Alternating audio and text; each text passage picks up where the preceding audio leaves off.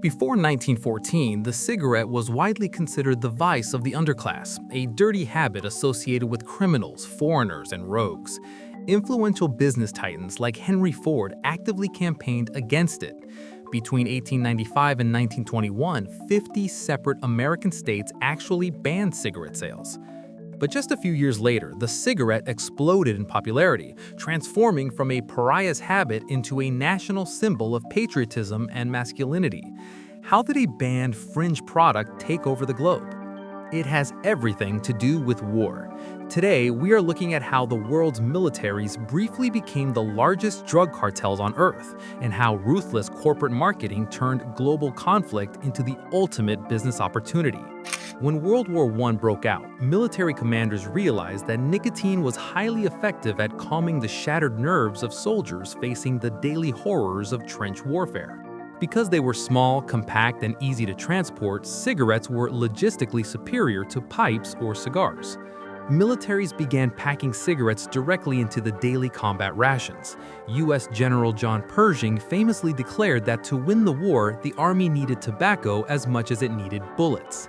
Even the YMCA, who had previously fought to ban smoking, began handing out cigarettes on the front lines to keep men away from worse vices like alcohol. When the war ended, the U.S. Army sent home a massive new generation of addicts. Government officials estimated that an astonishing 95% of all American soldiers used tobacco in some form. Corporate advertisers immediately smelled blood in the water.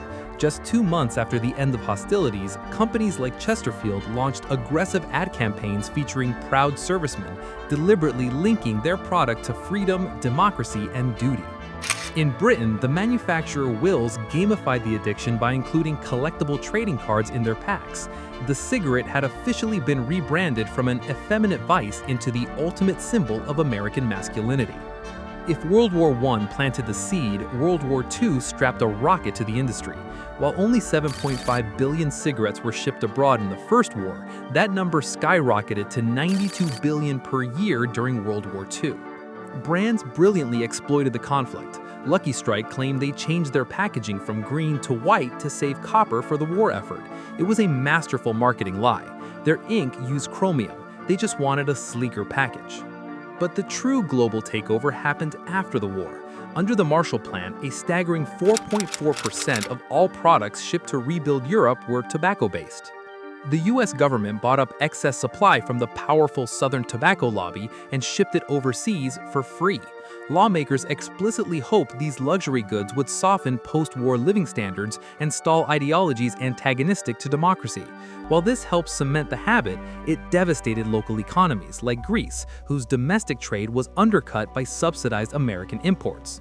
The rise of the cigarette wasn't a random shift in taste, it was a calculated business expansion, fueled by the logistical demands of war, the tactical distribution of narcotics to traumatize soldiers, and the geopolitical maneuvering of the United States.